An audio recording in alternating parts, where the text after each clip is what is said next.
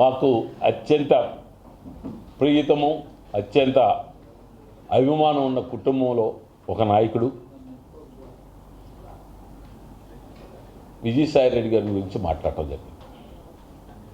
విజయసాయిరెడ్డి గారికి వ్యాపారాలు లేవు, నేను ఏ వ్యాపారాలు చేయట్లేదు అని విజయసాయిరెడ్డి గారు చెప్పినట్టు ఏమైనా ఆలోచన ఉందా? ఒక వ్యాపారం చేసే నేను కావచ్చు, మీరు కావచ్చు, ఖచ్చితంగా లైసెన్స్ ఉంటుంది. లైసెన్స్ తీసుకొని నేను వ్యాపారం చేయలేదని ఏ ఊరన్నా చెప్తారా? వ్యాపారం చేస్తున్నారంటే లైసెన్స్ ఉంటుంది. ఆ లైసెన్స్ తీసుకొని నువ్వు వ్యాపారం చేసావు నువ్వు ఒక్కొక్క కాగితం విసిరేస్తా వచ్చాడు. ఎక్కడన్నా మా నాయకుడు విజయసాయిరెడ్డి గారు, మా పార్లమెంట్ సభ్యుడు, వ్యాపారం చేయలేదు మీకు ఎప్పుడైనా చెప్పారా? వ్యాపారం చేసి రాజకీయాలకు వచ్చాడు. రాజకీయాలకు వచ్చి ప్రజలకు సేవ చేస్తానంటున్నాడు. మీరు రాజకీయాల నుండి వ్యాపారం చేయకుండానే మీరు ప్రజలకు సేవ చేస్తున్నారు. మీరు నాకేదానికి అవకాశం ఉంటుందా? వ్యాపారస్తులు నాకేదానికి అవకాశం ఉంటుందో ఒక్కసారి ఆలోచించాలి. విజయసాయిరెడ్డి గారిని గురించి మాట్లాడుతూ లిక్కర్ డిస్టిలరీ మీది కాదా అని అడిగాడు. ఆయన చేసే వ్యాపారస్తులు ప్రతి ఒక్క లైసెన్స్ డేట్ ఇచ్చాడు.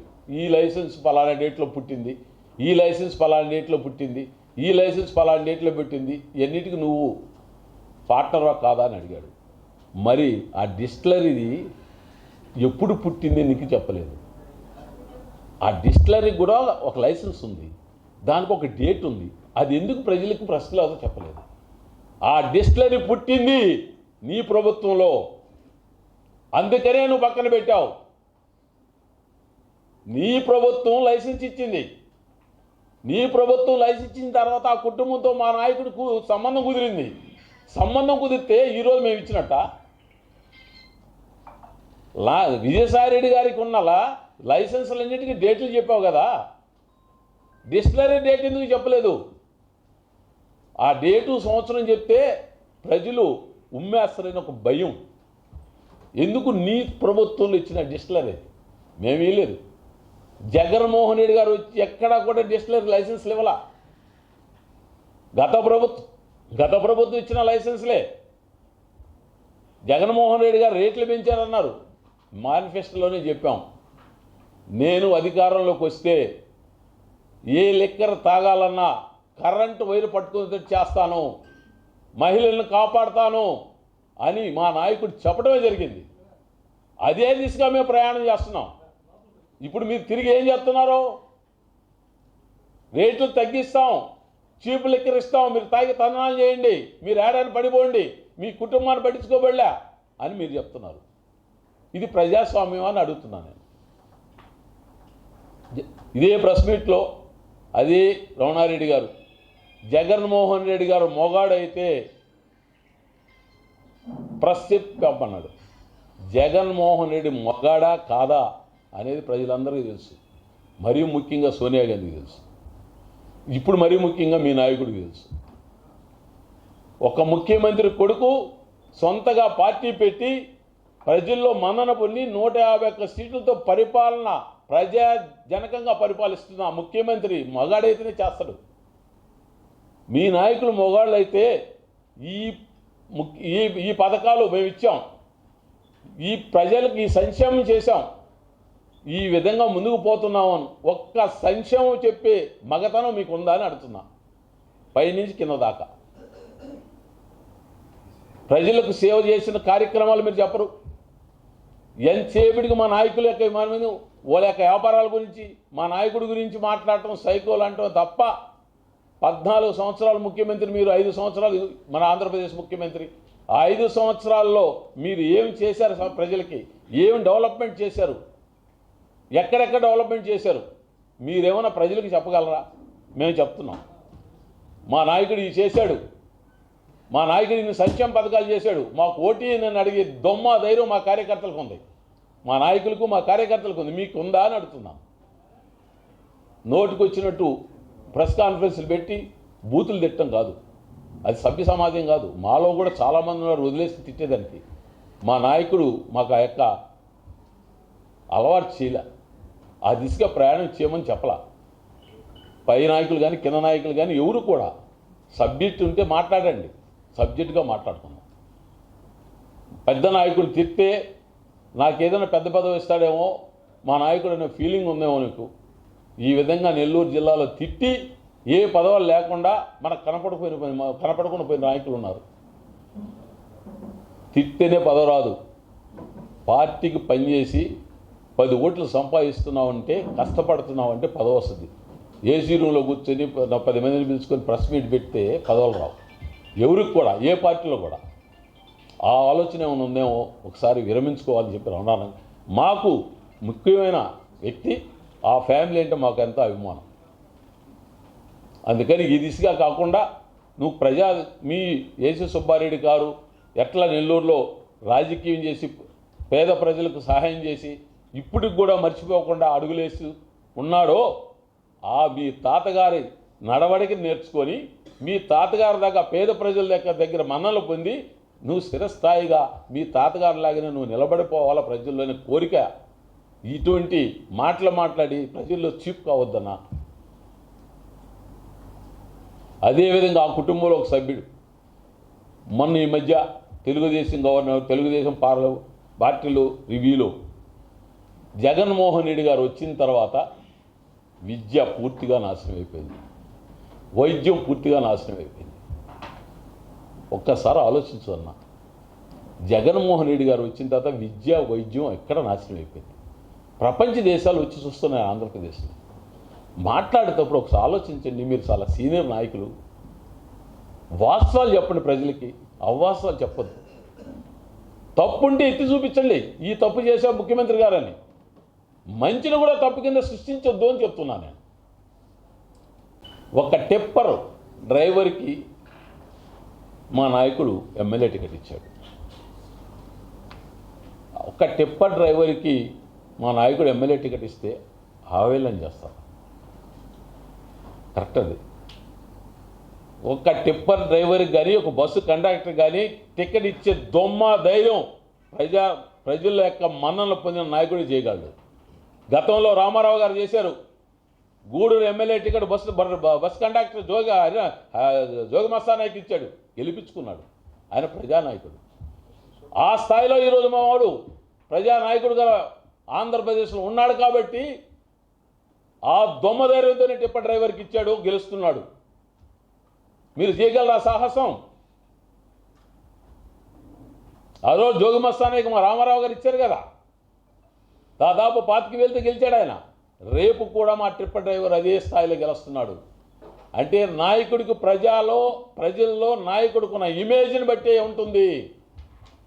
ఆ రామారావు గారి ఇమేజ్ మా నాయకుడు జగన్మోహన్ రెడ్డి గారికి ఉందని నమ్మకం ఉంది కాబట్టి ఆ టిప్పర్ డ్రైవర్కి టికెట్ ఇచ్చాడు. అయినా సరే అతను వృత్తిని హేళన చేయటం అనేది సభ్యత కాదు. కష్టపడి పనిచేసుకుని పైకి వస్తున్నాడు ఆయన. నిరుపేద అయినా సరే చదువు డిగ్రీలు అయితే double degree, MS economics, BEd అయినా సరే ఉద్యోగం కోసం పోరాటం చేయకుండా సొంత స్వయంస్కృతిగా పనిచేసుకుంటున్నాడు. అటువంటి వ్యక్తిని మీరు హేళన చేయటం కరెక్ట్ కాదు, సభ్యత కాదు అని చెప్తున్నాను. అది కాకుండా ఆంధ్రప్రదేశ్లో వికలాంగులు, వృద్ధులు గతంలో కాంగ్రెస్ ప్రభుత్వంలో కావచ్చు, మీ ప్రభుత్వంలో కావచ్చు, పెన్షన్లు కావాలంటే మండు టెండర్లో చెట్ల కింద నిలబడుకొని మేము ఇచ్చే 200 రూపాయలకు ఉదయాన్నే 10 గంటలకు వచ్చి మధ్యాహ్నం దాకా కాపలాలు ఉండి ఆ 200 తీసుకుపోయే పరిస్థితి ఉంది. ఆ పరిస్థితిని ఈరోజు జగన్మోహన్ రెడ్డి గారు సమూలంగా మార్చాడు. ఏ విధంగా మార్చాడు? అవ్వాతాతలకి వాలంటరీ వ్యవస్థ ఇళ్ళకే పోయి పెన్షన్లు ఇచ్చే కార్యక్రమం పెట్టాడు. అది తప్ప? ఈరోజు కోర్టు ఎలక్షన్ కమిషనర్కి ఫిర్యాదు చేసి ఆ అవ్వాతాతలకి ఇళ్ళకొచ్చే పెన్షన్లను ఆపేసి ఓళ్ళ యొక్క గోడు కుట్టుకున్నాం. ఇది న్యాయం అంటున్నాం. 3 ఇంక మళ్ళా కోడి అయిపోయేంత వరకు అవ్వాతాతలు మళ్ళీ పడగలిపి కాయాలా, ఏదో ఒక ఆఫీసుకు పోవాలా. ఇదే మీ పరిపాలన? ఇది ఈ విధంగా మీరు పరిపాలిస్తారు, మేము ఆ విధంగా పరిపాలిస్తాం. అందుకే మాకు ప్రజలు ఉన్నారు, మీకు ప్రజలు దూరంగా ఉన్నారు. దయచేసి ప్రజలకు సహాయం చేసేదానికి ప్రయత్నం చేయండి.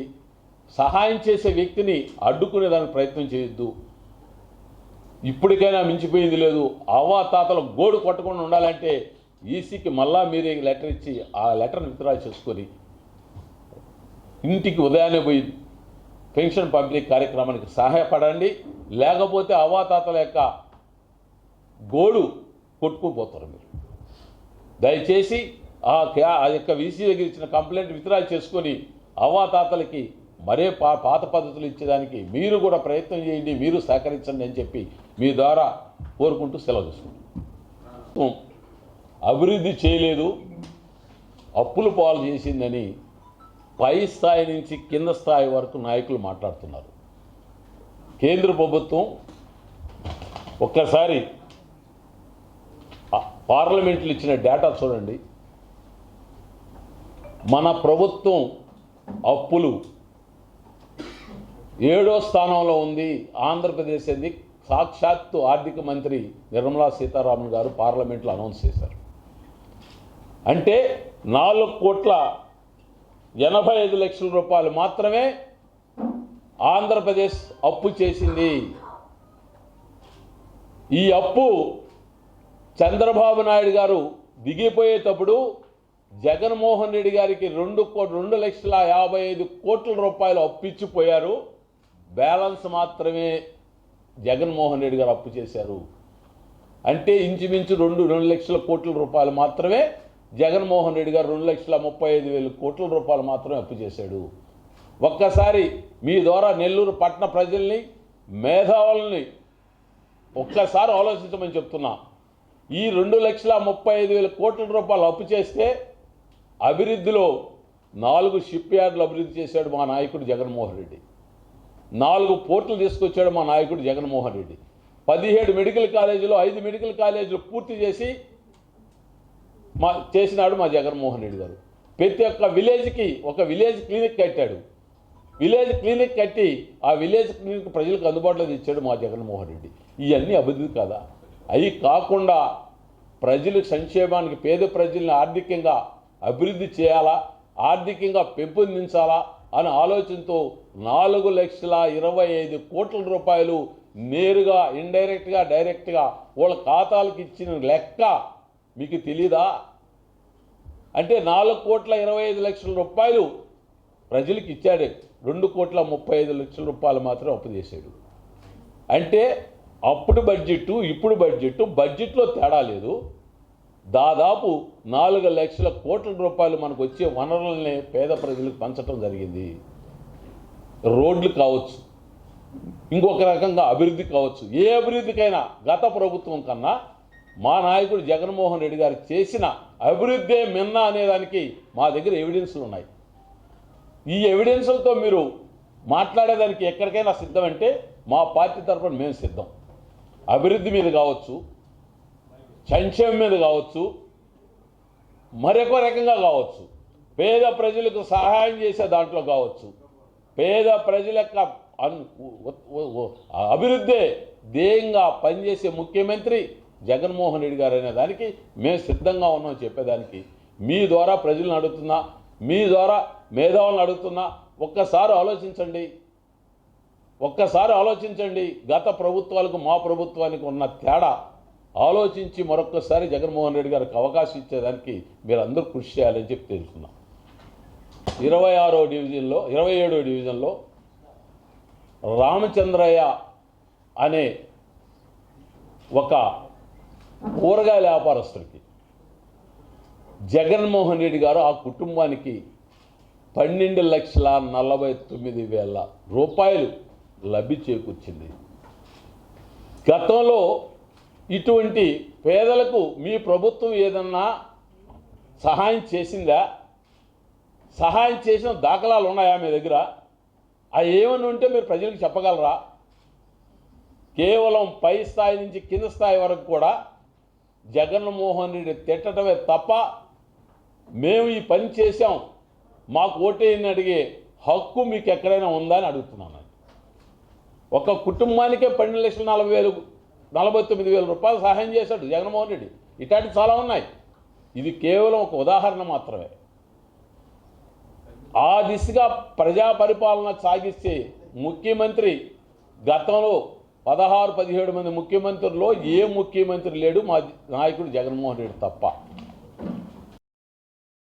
మరెన్నో వీడియోల కోసం మా ఛానల్ ని సబ్స్క్రైబ్ చేసుకుని పక్కనే ఉన్న బెల్ ఐకాన్ ని క్లిక్ చేసి యాక్టివేట్ చేసుకోండి.